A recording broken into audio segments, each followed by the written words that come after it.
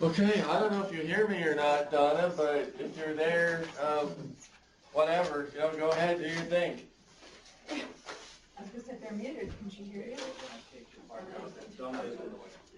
Yeah. She'll be there in a second.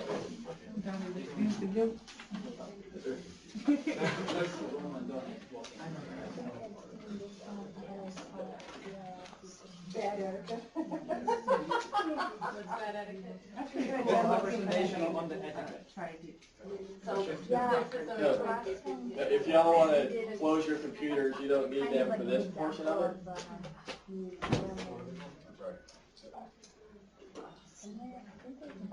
Well, again, So because the green light is on, They kind of show like the presentation, but they also Yeah. show us how they do it. So, a couple things about video conferencing that we probably could talk about while we're waiting for her. I don't know where she is. She should be here, but whatever. Always remember, shut the monitor off, will you please, Arna? The black remote. Okay. The monitor is black, but you know what? Camera's still going. Camera's still going. We're still being broadcast all over, wherever. Can't see yourself. I mean, You think that it's everybody else can. You think that it's off, you're still live, you're still on. Okay? So remember that. And also, whenever you see the red light on the camera's on and it's working. Okay, which I could tell you some stories about some things that I've seen over this because of that, but I don't know. We're all When we start to adults. fall asleep, tell us one of those. So, Actually, you probably don't want to remember them. those are pretty funny stories, actually. You know, you put two teenage, a boy and a girl, their boyfriend and girlfriend in a room together, they think they're alone. It can be interesting. So, anyway, there's Donna. She has her robe on. She has her robe on. Oh, what she does. Oh, my goodness. Or the coat. Yeah, it's a coat or a robe. Oh, my goodness, she's cute. She does it on purpose. Okay. It's all on purpose. Yeah. Oh, I can see him. Yeah. Is it you, Kathy? Yeah. Donna's a real professional, by the way. Professional entertainer. They're gonna be here. Okay, good.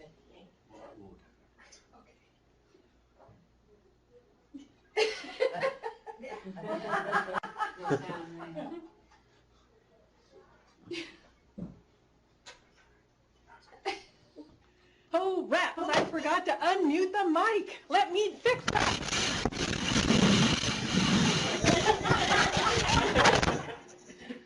Can you hear me now? Yes, we hear you. Wow. So, gosh, I'm sorry if I'm late. I'm still in my bathrobe, and I've got my lunch here, and I just don't know what I'm doing. I'm so discombobulated today. So please, let me see if I can't move the camera so you can see what's going on a little bit. Sorry about the bathrobe. Let's see, what else can I do here? Gotta get ready.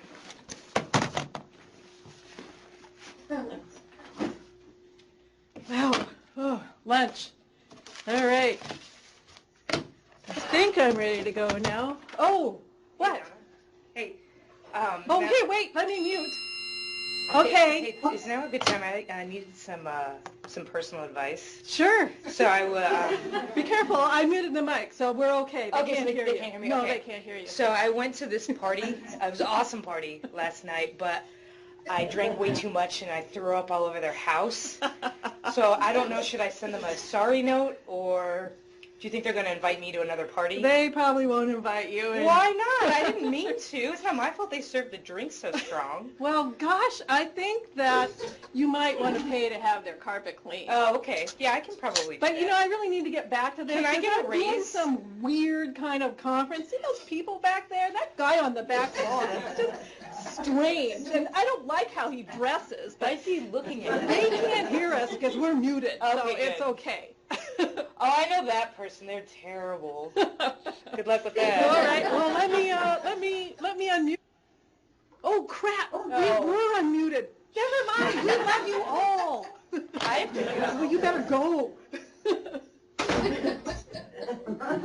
Dude, I'm sorry. Well, what can I say? I'm trying to show you the best practices for video conferencing, and we're getting there. So here, I've got a PowerPoint to show. So let me get my laptop connected. I know it's one of these connectors, but I can't remember which one. Let's see. I think it might be this one. Let's see if it works. And then we can really have our program, and you can forget all that stuff that happened earlier, because really you guys are really sweet. I really love you, actually.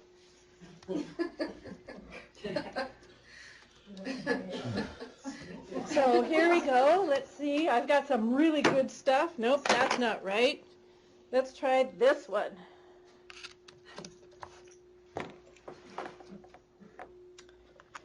Plug her in. We're going to need some sound. So I have some cool stuff. All right, here we go. And I got to get to eat my lunch too, because I know you guys already had lunch, so I get to have some lunch too. Let's zoom in a little bit so you can see what a great lunch I have. So, great bowl of noodles here. Yeah, way to go, huh? Yeah, good noodles. Yum. Mm. All right, so here we go. Let's see if we can't find out what we should do with video conferencing. Let's see, I think there's a button on here. Let's try that. Can you see it now? Do you hear me now? Are you seeing it now? Can you wave at me if you actually see something? Do you see my PowerPoint? Yeah, I'm just not sure, because I don't know what you're seeing. I know what I see. So here we go. Oh, wait, hang on just a second. I have a text. Oh, yeah, cool. Oh, I guess I'm invited to that party that she's not ever going to be invited to again. Let me respond and tell him I'm coming. And I won't tell her. Cool, I'm going. She's not. I promise not to throw up on the rug.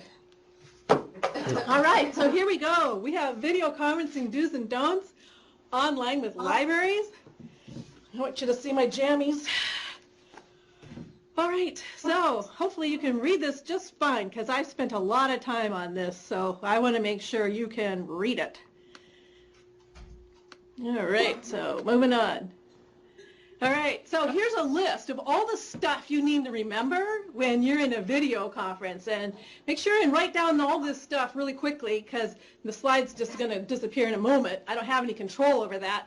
And you just remember to do all of these things, and then you'll have a successful video conference. There you go. Got them? Great. All right, and here's a video. Whoops. Now I went too far. Let's go back one. Here's a video that I found, which is really fun. So let's play that. Yes, this is a good one. Okay, let's get started.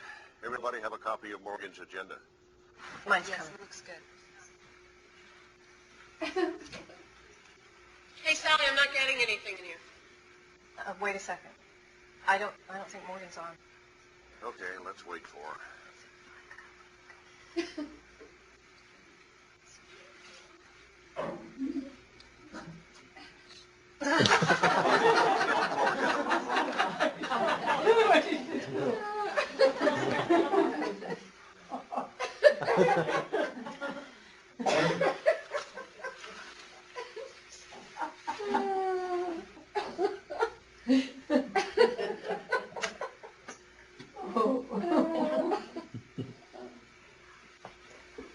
Oh, hey, there you guys are.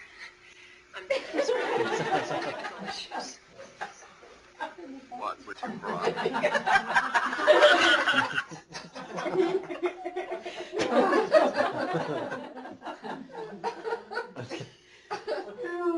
Okay, Okay.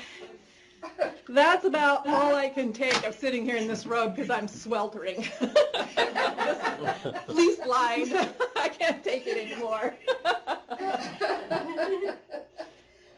All right, so you guys, that was fairly simple, right? You saw all the horrible things you don't ever want to see in a video conference. And I got to tell you, we've pretty much seen every one of those things that you just saw. We've actually seen those kinds of things in a video conference. And so that's really probably pretty much what you don't really want to have happen, right? It's kind of fun to do, but it was really difficult for me to come in here and do everything wrong, actually, and not to be connected up ahead of time and not having everything ready is really foreign to my sense of organization. So I had a really tough time coming in here and actually doing everything wrong. So I appreciate your patience on that one, but I hope you got the picture. So this is what a PowerPoint should really look like. So you want to have high resolutions here. I bet you couldn't even read that video conferencing do's and don'ts on that last one because that was yellow on red, and the contrast between the two was not very good at all. So as you can see here, I have a white background. I've got pretty heavy dark lettering, so now you can read it. You can read it from far away. So when you do a PowerPoint, that's the #1 rule. Use large fonts and have good contrast. And then, so the can you see me, can you hear me now thing, we hear that every day of our lives. Obviously, we'll run through these kind of quickly. You can actually see them this time versus the last slide that you had. Turn your phone off. We don't want to hear it ringing. We don't want to hear it chiming. You know, we don't want people running in the door and interrupting unless you have an emergency or something. It's kind of rude. Obviously, I didn't mute my mic when Kelly came in the room. Sometimes that happens. You want to be careful what you say when you're in a video conferencing room because you pretty much want to say that your mic is live in all instances, just to be on the safe side. We've actually seen people when comments are made around the table, other people will roll their eyes or make hand signals or do all kinds of things. So it's not just verbal cues, it's also body language. You know, if you hear something you don't like, you don't want to make a face and stick out your tongue. Obviously, they're going to see that too. You want to speak slowly and clearly. You want to identify yourself. So, hi, I'm Donna Rohwer, Manager of Video Conferencing Services at the University of Alaska. Matt and Artem work in my shop. There are 10 of us that do video conferencing for the University of Alaska and for the OWL Network, and we're pretty happy to have you guys on board. It's been a lot of fun, and we've had some really terrific video conferences that have been hugely successful. So it's been a big piece of our job satisfaction to be able to bring all the libraries online with video conferencing. You want to identify your site. They have a sign in the back. If you look behind you, there's an Alaska State Library sign, and I actually do have a University of Alaska sign, and I was bad and didn't put it up on the wall back here. You want to leave your lunch for later. You know, nobody wants to see you eating your noodles out of your bowl and seeing what the heck is that. We actually have had some parties online where they had cake at both ends and they were eating. Well, and that's pretty cool to be able to celebrate a birthday and have food at both locations. But if you don't have food at both locations, really, they don't want to see you eat. And especially something as messy as noodles, that's pretty grim. So cake is lots better. Cookies, even better. I'll go back. We want you to be comfortable, but not too comfortable. You don't want to put your feet up on the table, and you definitely don't want to wear your bathrobe into conference. Not only was that way too hot because it's fleece lined, but kind of sort of not very professional. A lot of times, you know, if you wear jeans, whatever, to work, that's fine. But if you have a nice blouse on that's a muted color or a solid, that's probably best. And that looks perfectly professional. So you want to use an appropriate location for your video conference. We don't want you to pick the closet or the bathroom or, you know, a corner of the room where too much activity is going on. I actually hired one of my staff members from out of state, and he was in Seattle. We had him go over to the University of Washington. We have some friends that do video conferencing with us there. And so they set up a cart system that I know a lot of you have, some cart systems out there. And they put it, actually they did, they actually put it in a closet. It was a storage closet, and they plugged it in, and he had boxes and all kinds of things around him. But since they were doing us a favor, we were happy to have him on video conference with us, and so it worked out just fine. But, you know, if you were going to make that a permanent video conference location, you'd want to clean it out and make it nice, so you'd have a nice background, nice pictures off the side, or, you know, something that people would be comfortable in order to use. They obviously wouldn't be comfortable in a storage room that are filled with boxes and dusty and perhaps a mouse or two running through on the bottom. We've kind of covered appropriate clothing already. I've never worn my bathrobe to work yet, so that's a first today. I actually did not wear it down the hallway on the way here to this room because I felt kind of stupid. And I did have a couple of people say something to me when I was right outside the door here, like, "What are you doing?" So I was kind of waiting. I was trying to be late on purpose, but again, I was finding it very difficult to be late on purpose because that's just not who I am. If you use an auxiliary camera or another source, like I've been using my laptop, you want to switch it back to main cam because you don't want to keep looking at that PowerPoint all the time. If I'm talking to you, you know, you kind of want to see the persons that you're talking to when you're doing it. So I kind of switch back and forth between the PowerPoint and myself so that there's interactivity between me and you. We have quite a few classes, academics here at the University of Alaska that are on video conference. We have one group who video conferences their entire curriculum. And one of the things they do at the end of their semester classes is they hand out evaluations to their students. The number one complaint that students have over video conferencing is that the instructor will play their PowerPoint. They get to the last slide that says any questions, and they just leave it there. And they never talk to the person again.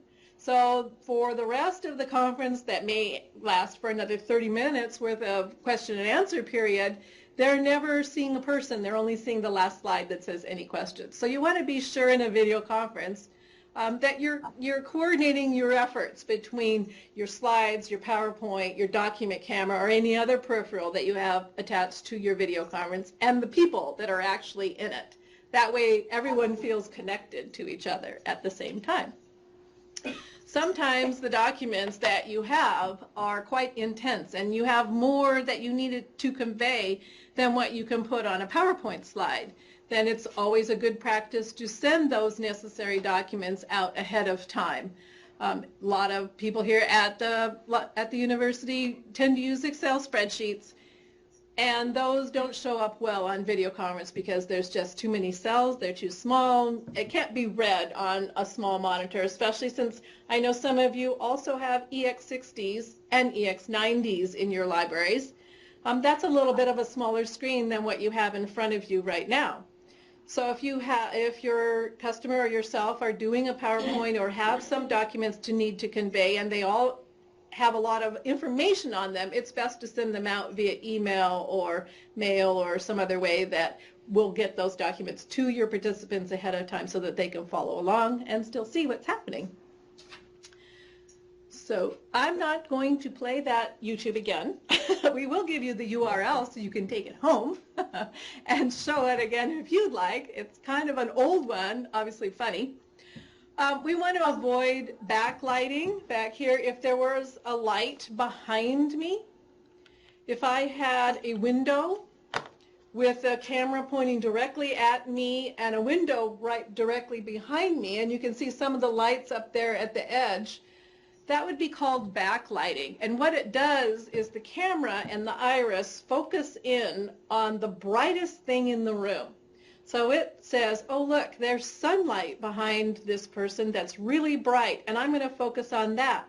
What happens is then this person is not in focus. They turn black, and we call that, oh, you must be in the witness protection plan today. Can you turn on your lights? or close your shades. Because video conferencing and natural lighting from windows, especially if it's sunny, don't really go together very well. And we've had some of those conferences where the people were in what we call witness protection program. We actually had an interview one time where the interviewee was sitting at their table. They framed their shot well, just like I have here today. But the person who was doing the interviews, he decided he wanted to be like Wilson. And the whole time, all we saw of him was this. We saw his eyes. And at the time the conference began, we unmuted in the office and said, gosh, Mr. So-and-so, perhaps you'd like to move your camera back just a bit or move it up so that your interviewee can see you. They didn't pay any attention to us, and they went through the entire interview with the Wilson shot. So I felt sorry for the person who was interviewing for that position, but, you know, they went through with it. Obviously, they wanted a job, so, you know, whatever that interviewer was going to do was fine by them. Obviously, we want you to mute your microphone when you're not talking, especially if people come in the room. I have a funny story about Fran Ulmer when she was, let's see, what do we call, our lieutenant governor. So we have, the governor has video conferencing units around the state in Fairbanks, Anchorage, Juneau, and some other places. And she was having a lieutenant governor conference, and she's in Juneau. Well, the Atwood building, which is in Anchorage there on the top floor, has the governor's conference room with an older system on it at the time that was on a cart, and it lived in a closet. So they had the closet doors closed over the front of the cart, but it was already in video conference, much like you saw at the beginning of this conference with the dark room. So the camera was seeing the light bleed through the doors, just like you saw earlier, and the mics were live. And so the governor is in her conference room in Juneau, or lieutenant governor, and people came running into the room in Anchorage.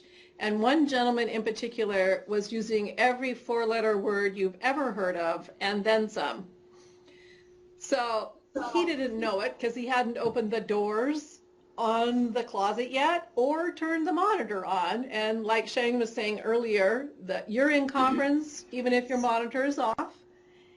And we hit the phone as fast as we possibly could and said, "You're live, buddy." Hang tight on that kind of language. And I'm sure that he had a little bit of apologizing to do to Lieutenant Governor Ulmer. Unfortunately, she had a sense of humor. She kind of laughed it off, and they moved on with their meeting. But really, that's really not the kinds of things you want to do or how you want to represent yourself on a video conference. So we're using extreme examples here just to bring it forward, but we've seen people sleeping in rooms. We saw the janitor come in and lay down on the table one time, which was kind of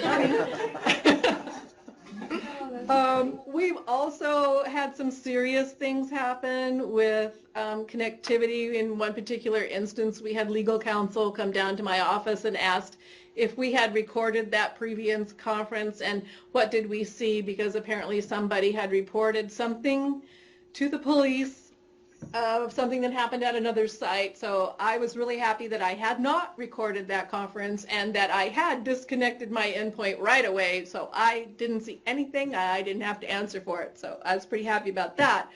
But it can be serious as well as funny and somewhere in the middle, and hopefully you'll never have any of those kinds of circumstances. And then of course you aren't going to be wanting to jump around and make a lot of movement, and because the more movement you have, the more coding has to go on within that pipe that your bandwidth traverses through. So the more that happens, then the harder the equipment has to work. And so if you just sit there, and we want you to be animated, we want you to use body language, but jumping jacks are probably not appropriate for a video conference, since that's kind of a little more movement than you want to handle at the bandwidth that we have in the state of Alaska.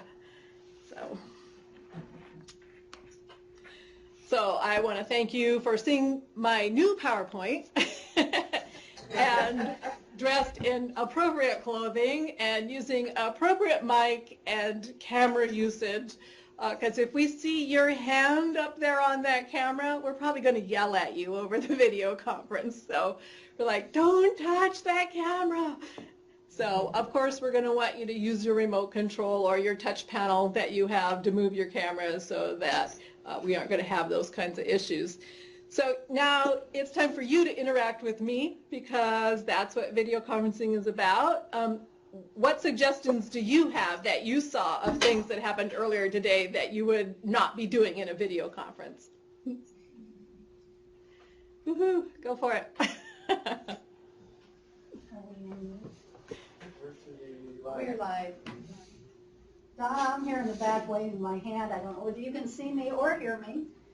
I can hear you. Me now. I hate to be the model of bad behavior, but I'd like to, since people are being a little shy, I'd like to kick it off with one incident. And it's not just when you're presenting, it's when you're in the audience as well, and that part about not eating ramen noodles while you're listening. If you're texting or you're doing email, you're likely to just, the top of your head is probably all that's going to show on the camera. And that's kind of rude because this isn't watching television where nobody on TV cares what you're doing while you're watching TV. It looks like TV, but you really have people at the other end. And so just as you would want to be listened to or seen, you want good audience behavior. And not only you, the librarian, need to model it. We did have a video conference where unfortunately, the librarian was on duty, but she wanted to attend the video conference too. There were other people there, but she was interrupted every 5 minutes with somebody coming over. And although they were muted, it was very disconcerting to see this woman front and center on the front row get up and jump off, get up and come back, and pass in front of the people behind her. And if she'd wanted to watch, it probably would have been best for her to be in the back corner, because the person at the other end had no idea she was on duty. They just thought she had to go to the bathroom a lot or something. And then one time we were doing interviews for a position that we shared with the university, and 3 of us were here in Anchorage with the applicant, and there were 2 gentlemen, fairly high-ranking, people that would be known by Donna, were on the interview too, and at one point they muted themselves and started this long conversation with each other. Well, this was not here. This was in a place with an even bigger screen. So the poor applicant was facing the screen, facing the camera, and we were along the sides. The other interviewers were along the sides, and the interviewee could see only these 2 people in Fairbanks, yak, yak, yak, yak, laughing their heads off, obviously oblivious, not listening to his answer to the question whatsoever. And in a job interview, I can only think that must have, and I mean, he did. He looked like a deer in the headlights. It was like, well, how do I get their attention?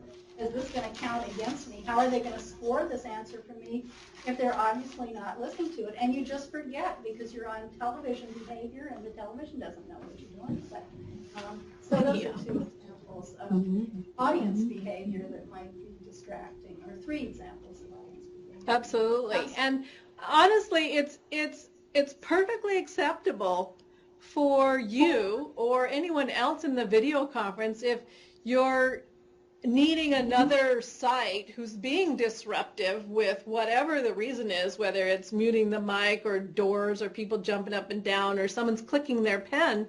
It's perfectly acceptable to say, could we have other sites mute your mic until your time to talk, please? I mean, our instructors do it all the time, and in fact, most of our instructors who are dealing with students who are younger, they just bark it out, say, hey, mute your mic, and call it good.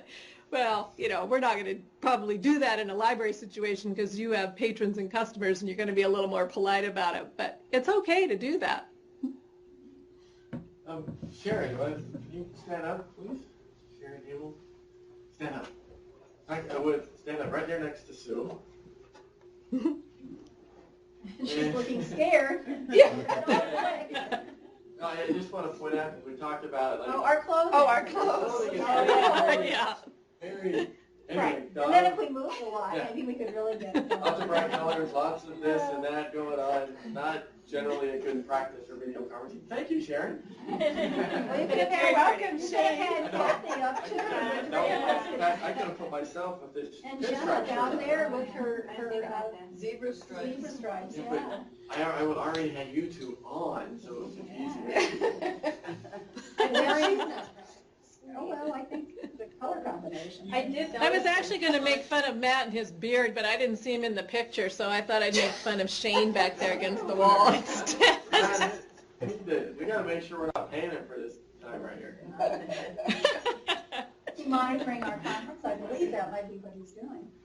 So, Judy, you had a comment? And I think Kathy has one. I was just gonna say, when Tanya was on from CILC earlier, it actually was very clear to me, she had very nice blue, walls such as that one with the plant in the background, and it was a very pleasing picture to look at, and not a lot of contrast. The white walls aren't as pleasant. No, they're That's why definitely we have not. some of this back here, because we used to look just like that, and we decided we could advertise the project and let people know who we were. There's a lot of stuff in here too, but then you won't see me. This is actually a conference room that we put extra equipment in, so it wasn't really set up for video conferencing. But yes, it would be a good idea for us to paint this back wall a nice blue or gray color. We have brand new offices, and I actually had them painted in an off light blue just for that very reason, because they're a lot easier to look at in a video conference. And once you've been in a few conferences, like you say when you were watching CILC, you can tell right away the people that really know what they're doing and the professionalism that they bring to it. And not that we all expect that from everybody, especially at the beginning, but it's nice to see somebody do a presentation like that who are prepared, and they have their stuff ready and their computers ready and anything they're going to show you. They have good camera shots, like you say, a pleasing environment to be in. It makes it easier to be on camera, because we're all going to be shy at first to some degree. You couldn't drag me in front of a camera when I first started this job for anything. Now it's just like, okay, yeah, whatever. So, you kind of get used to it after a while. It does come with time. And then now it's kind of fun, Wow, who have the libraries talked to over the past 2 years? It's been phenomenal, some of the wonderful things that have been connected to. And, of course, Amy Marshall and Craig is our champion, seems like, when it comes to be bringing things to the librarians. But it's fabulous, and the kids love it. It's really... A lot of satisfaction comes from putting that together and then watching the results of your work, and so it's up to you as librarians to make that a satisfying experience for your patrons and your customers. And we're just here to give you a few tips to help you out, not to make it hard on you. Anything else? I know I had an hour here. I kind of rushed through the bad stuff because I couldn't take doing it personally. It's awful. I'm glad you guys thought it was funny. I had a rough time doing it. So I did record it, so I think I'm going to have Artem do some snippets out of it, and we're going to post it on our website, a little bit of it. Oh, I just want to say I've done most of my programs with elementary children, and what really worked, and when we figured it out, was that the teachers actually controlled the kids, because the teachers that came with the children. So we didn't have to work at the provider saying, well, you over there in the blue suit or whatever. It worked a lot better. So the kids weren't running in chaos. And if the teachers took control of the kids sitting there, it worked a lot better. Mm-hmm. Otherwise, they would be touching the screen and looking their face. Yes, I have an example of that. I went to GCI a long time ago, several years ago, and it wasn't on the video conference network we use, but it was on GCI's, and they were demonstrating an author visit at about 5 or 6 different sites. And during the author visit, one of the sites, the teacher left the room, and this was a high school class, and 2 of the boys started eating each other up, and all the kids got up, and they were all watching pom, pom, pom, pom, and everybody else, it was like, which site is that? Where's the teacher? And it completely stopped the video conference and the author because it was something out of the ordinary. And the kids obviously weren't thinking. They thought, oh, the teacher's gone, so we're invisible. And they were in such a fight that even though somebody from GCI was saying, boys, boys, they didn't, they were oblivious. So having somebody there to help if you have kids and then staying there is a good idea. Yeah, we actually saw somebody at one of the library sites just recently. He didn't know he was in video conference with the office, and I don't remember who it was, and I don't want you guys to tell who it was because we don't want to embarrass anybody. But the young kid was on the screen because the camera was on a self view, and so he was seeing himself on the screen, and he decided he would practice dancing. It was humorous, and he was quite good, actually, and he tried moonwalk and a couple of other things, and he was having a good time rocking out and seeing himself on the screen to see what he looked like when he was dancing, and we were like, oh, look at this kid, he's having a good time dancing. He had no idea we were paying attention to what was going on, but he was having a good time.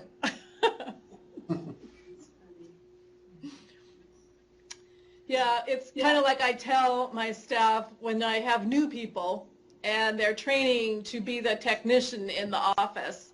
And we have 4, 6, 7, 8. We have 8 of these video endpoints in my office. So then they line both sides of the wall. So it's kind of like NASA, a little command central, right? So everybody has a big video endpoint at their desk, so it's right here next to them, and they can take care of the conferences during the day. And when I train new people, I bring them in and I say, okay, well, these remote controls will work on more than one machine in the room. So they're not compatible with just the machine they came with. And you probably aren't going to encounter this because you're not going to have more than one in a room, but this is an example. I said, so when you unmute your microphone to talk to your conference that you're responsible for and having issues with and you're troubleshooting, you may unmute the conference that's going on over there across the room inadvertently. So everyone does this at some point, and you may do this at some point too. Everyone unmutes a mic when they don't mean to, and usually some things get said, usually involving the word shit or something like that. And then the conference people will speak to you because they know we're kind of there in the background a lot, and they'll say to us, hey, we can hear you. And then the next word out of your mouth is usually shit again because you go, oh. And then you mute your mic. But you're usually saying it at least twice, hopefully nothing worse than that word, and before you actually learn your lesson and mute your mic. So, and it's happened to us all, including myself. And unfortunately for me, it was with some pretty high ups in the university system. And so, you just apologize and move on. In your binder, you have this video conferencing etiquette. It should be a laminated form in there, or a laminated sheet. Let's go over the last. We talked about most of these with Donna, and Donna, I don't know if you have a copy of this, but the last few bullets on here we haven't really covered yet, and I think it's important. So I'll read it, Donna, and then if you want to talk about it. You bet. Okay, the one bullet says, use names to direct questions to specific people. Yeah, I think your video conferencing etiquette is a little bit different than ours, which is good because you guys are actually more complete than the one I have, which is great. So if I were speaking to you and I ask you a question, who would answer me? So just like I did earlier, say, well, let's talk, let's collaborate here, let's have a discussion, and I just threw out a question, and what happened? Nobody said a thing. So if I were to say instead, Sue, can you tell me what that young lady's name is that's sitting in green in the front of the room? Sue would know to answer me. Well, that's Tanya. And I would say, Tanya, where did you get that shirt? And you would know that you're the person who's supposed to answer the question. So that is a really good way to get feedback and get the discussion going, and or at least direct the question to the person that you intend to give you an answer. In addition to the fact that sometimes there's more than 2 sites on a video conference. So today we only have Fairbanks and Anchorage. We actually have my office too, and they're watching me, and they were laughing at me, I'm sure too, at the beginning of this conference. So if you had a 3rd or a 4th or a 5th site connected, and I were to generally say, are there any questions out there? Who would answer me? So maybe Anchorage would try to answer me and Juneau would try to answer me at the same time, and then the system would say to itself, I don't know what to do. I don't know who's talking. So as a moderator or a facilitator of a video conference that has more than 1 site in it, we suggest that you say, are there questions at Juneau? And then give it a moment, let them think about it, let them unmute their mic and speak. Typically they'll say, I don't have any questions, and then that brings Juneau up because this is a voice-activated system, so then the Juneau picture would be showing and I would be able to see who's in Juneau, and then I could say, well, by the way, Tanya, there in Juneau, what do you think about X plus 2? That way the system knows, A, what site, and the people in the room know who I am addressing my comments or my question to. Does that make sense?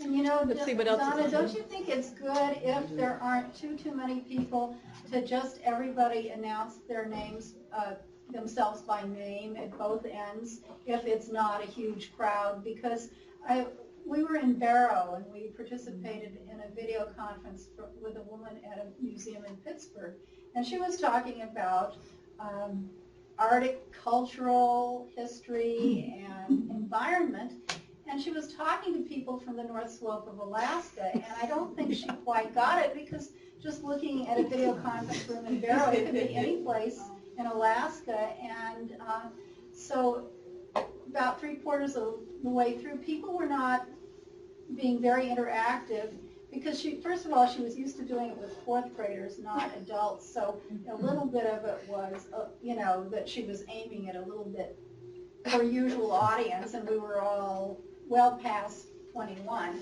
so that was part of it. But also, she didn't realize that people she was talking to actually live in the environment she was talking about, and she probably could have gotten a lot of interaction if she'd given some recognition of that. And so finally, when nobody was saying anything, I said, well, maybe this would be good time. There were only 8 people, and one of her at the other end. I said, maybe this would be a good time for everybody to say who they are and where they're from, and as they all introduced themselves and told where they were from, she knew enough about the Arctic to know that they were all from there. And I mean, she could have had a list ahead of time, perhaps. That's possible if there's not time for introductions. But I think it's really good. And I think also when you're talking to people outside on CILC programs, it might be helpful to have a map of Alaska and say, for each site, and say, a big map of Alaska, and say, we're here on the map, we're here on the map, so that the person on the other end realizes what a huge thing this is to be talking to people in so many, possibly remote or not, but spread out so much over a really huge area. And I think that helps the speakers, and it also, people love the idea of Alaska, so that gives them a little thrill. They'll be able to say, oh, I did another CLIC program, and there were people from the far west of Alaska and out in the Aleutian chain on a place called Sand Point, and it gives them a little more interest in the audience that they're having, because they do lots of these, and not very many of them in the whole scheme of things are to Alaska. So that kind of is a good way to start out if you're not on such a tight timeline that you can't afford a little bit of introduction. You bet. It's always fun to be an Alaskan in a video conference, because everybody always has questions for you about what it's like where you live and what the weather is and whether you own a dog team, whether you live in an igloo, all of that stuff. still goes on all the time. And we can play that Alaska card more often than not and get a few extra privileges here and there. So when I get requests for, say, somebody outside wants to do some kind of testing, or they just want to see something, or they want other people to see what they have, or, you know, all kinds of things. If it's something I'd like to do or participate in, I always say, I'm from Alaska, University of Alaska. Or you could say, you know, I'm from the library in Selawik, or whatever it is, because you can guarantee whatever is going on, someone is going to say 100% of the time, I want to connect to Alaska. I want to see what it looks like in Selawik from that library's perspective. And it's great to be able to play that card and do that. In addition to, I remember that conference that Sue was talking about, and she would have had a lot more good discussion about what she was speaking about, but it seemed that, and she didn't say anything that was derogatory, but these people live in Barrow what she was talking about, and they could have given her, oh, so much more material that she could have taken on to her next conference with whoever she was talking about. I don't know if she'd ever even visited that kind of site before, or if it was all book knowledge. She never really did say, so. Yeah, I think she'd been in the far north in Canada, but not in Alaska, and so it's a little bit, and the only question we did get was from the person from Point Hope, and she said, do people in Canada really eat owls? We don't eat them. And so that was the interaction she got, but that was knowledge that when she was doing her presentations, she could say, well, not everybody in the north is the same. In eastern Canada, they eat owls, and in this point in Alaska, they... Okay, Donna, the next one on here, it says, be aware of the transmission delay. Pause for others to comment. Start talking and keep talking, and don't hesitate because you see or hear something unexpected. Small delays are always present. Don't ask, can you hear me? After speaking, pause to allow others to comment. I'm pausing. So, because we have, one of our issues is bandwidth restrictions. So, you know, we've managed to bring you all up to at least 384 kilobits per second on your video conferencing. That's pretty much the lowest common denominator of a video conference that anybody in the world ever does. So, you know, we've done what we could with the bandwidth and the money that we had, and we're super pleased with how well it works. Yahoo! You know, our next step would be to bring more bandwidth at some point, maybe, you know, but who knows. So in the meantime, we do what we can and we make it work the best we can. So one of the things with that is a 384 kilobit per second video conference. You've got to let the traffic, you know, I'm trying to use not acronyms, and think about cars going on a highway back and forth. So cars are going out from here, cars are coming back from here, and they contain what we call audio and video packets. And you have to allow time for that audio and video packet to get to where it's going and to come back again. So the 384 kilobits per second is probably a highway that allows you to go 45 miles an hour versus a highway that lets you go 70 miles an hour would be a 756 conference or a 1 meg conference. In most cases, if we did a 1 meg conference with you guys out there, we would bring your network to its knees and nothing would really work right. So we want you to do video conferencing as well as your other issues or computer usage or whatever you do with your library. So you have to think about those cars going back and forth and how fast can they get there. So in a video conference, all of this equipment that's in front of you has to send those cars in order. So first there's the blue one, then there's the red one, then there's the green one, then there's the yellow one. So they're always in the same order every time. So what if the red car dropped out and you went from the yellow car to the blue car, but you had no red car? So that would be when my hand is here, and then suddenly my hand is over here. Well, what happened between here and here?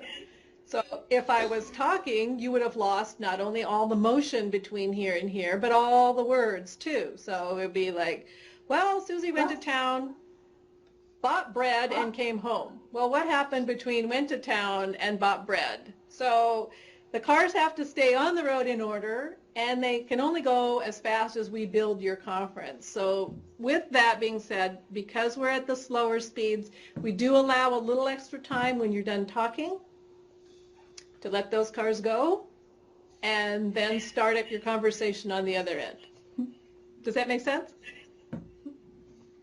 And I think that this is a good thing to pass on to your conference users, because when people see a TV screen, sometimes they expect production level commercial TV, and this just isn't that. So you can say, if you'll stay still, you'll have a better image. We're working on limited bandwidth. We're so happy that we have the bandwidth to be able to do this, but it's going to look blurry if people move a lot, and there will be a little bit of a lag, but considering what a miracle it is to be able to talk to people in Fairbanks or Barrow or wherever it is, this is really a big step forward for our library, or something like that, just a sentence or two to let people know, to give them expectations that won't,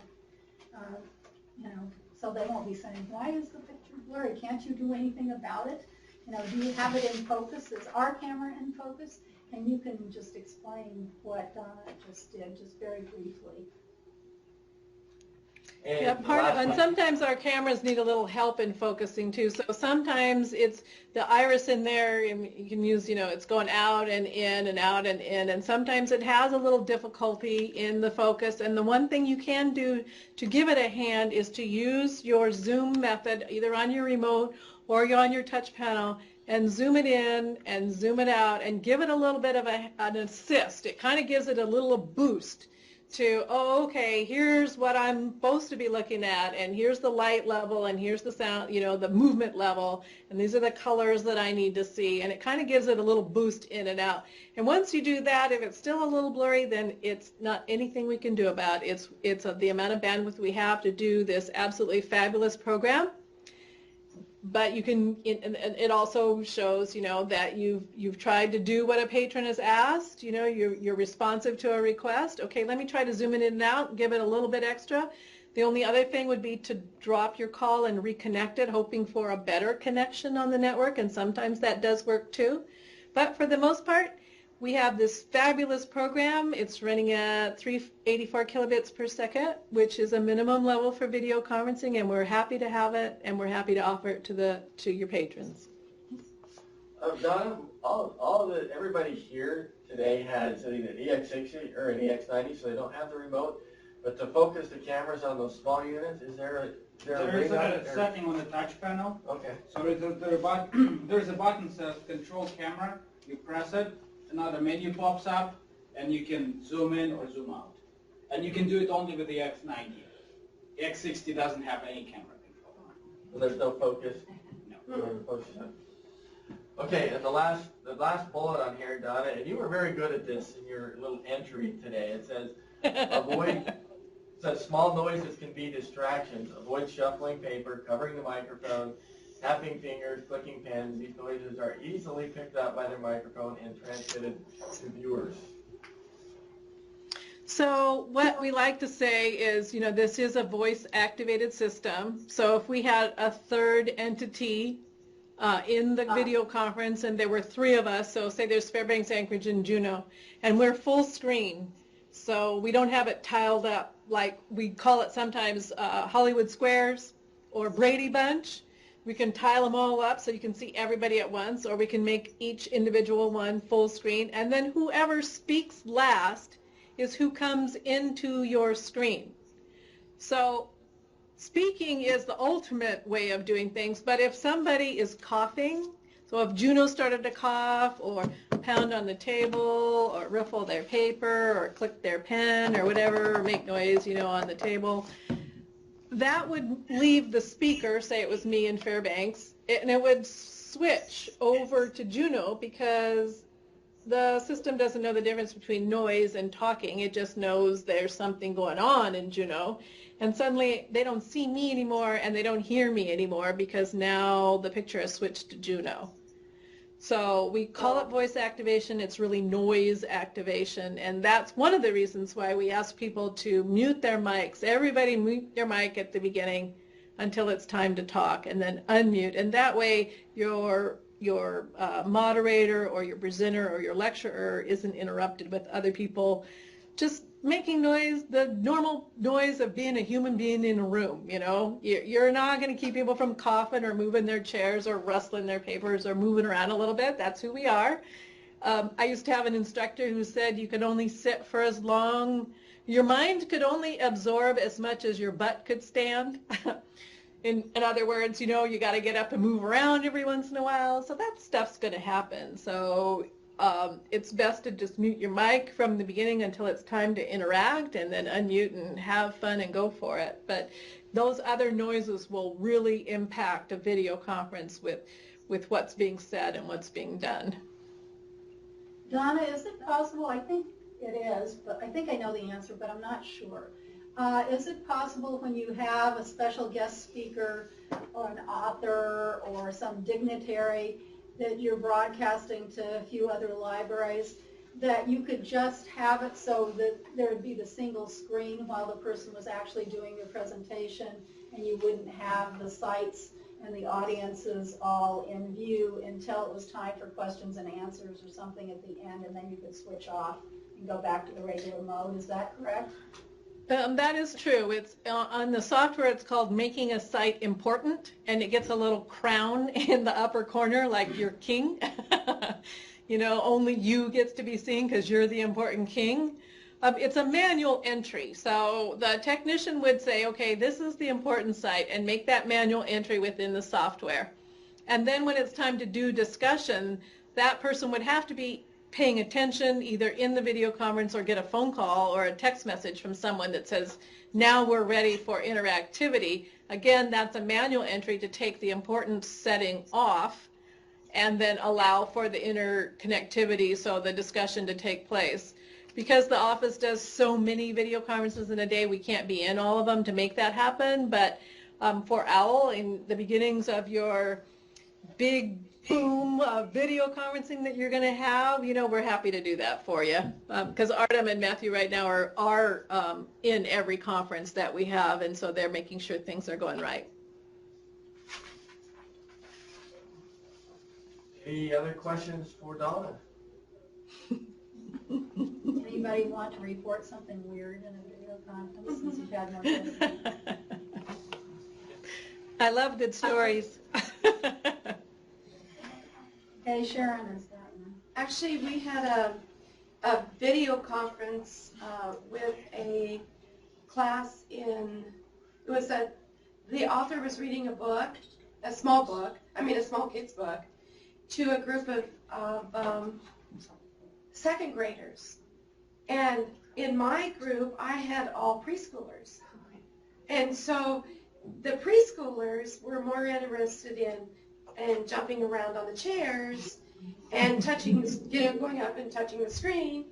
And the second graders in Virginia were more interested in finding out things about Alaska than listening to the story. And the provider was wonderful. I'm here tearing my hair out, and she said, wait, it's okay. She goes, absolutely okay. I will ask the preschoolers questions they can understand, but they are not bothering me. And so I thought that was really amazing. And she didn't care about the second graders just asking us, tons of questions about Alaska. So that was pretty neat. That's great. That's terrific. It's the Alaska coming to the rescue again. Yeah.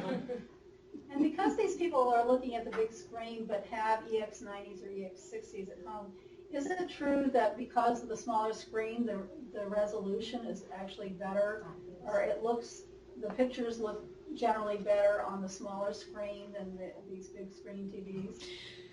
Yeah, those machines are actually meant for desktop video conferencing to some degree, and they're meant to be used as your computer monitor in addition to having on your desk video conferencing, just like any monitor that you have. So it's built for those kinds of resolutions, and things look really great on them in terms of data and things. You know, what we have, I can't afford an EX90 or an EX60, and Al won't buy me one, so I don't have one. Artem has one on his desk, and things look really great on it. So you can console yourself, and also you can put them up a little higher if you have a group of people. And people watch 22-inch TVs all the time. Some people who are used to 52 find it very primitive, but still, it does give you a wider screen than you would have just on a regular monitor. And I think Artem and Matthew will be showing you, I'm not sure if you guys got another monitor there to show how you connect an EX60 or 90 up to an alternate monitor. Yes. Did you guys get a monitor to do that with? Oh, okay. Not being verbal and not on camera. Yeah, we've done that. Most of us have done it. Good. So yeah, so if you need something to be bigger, you can always hook your EX90 up to an alternate monitor. Or even, it doesn't have to be a TV monitor. It could be another computer monitor too, as long as it has the right connections on it. Okay, So hey, you, thanks Donna. for having me. And thanks for letting me be an idiot at the beginning of the conference. Good, you did good. Thanks for putting me back there. Appreciate your time. I hope you're learning good stuff. I'll see you later.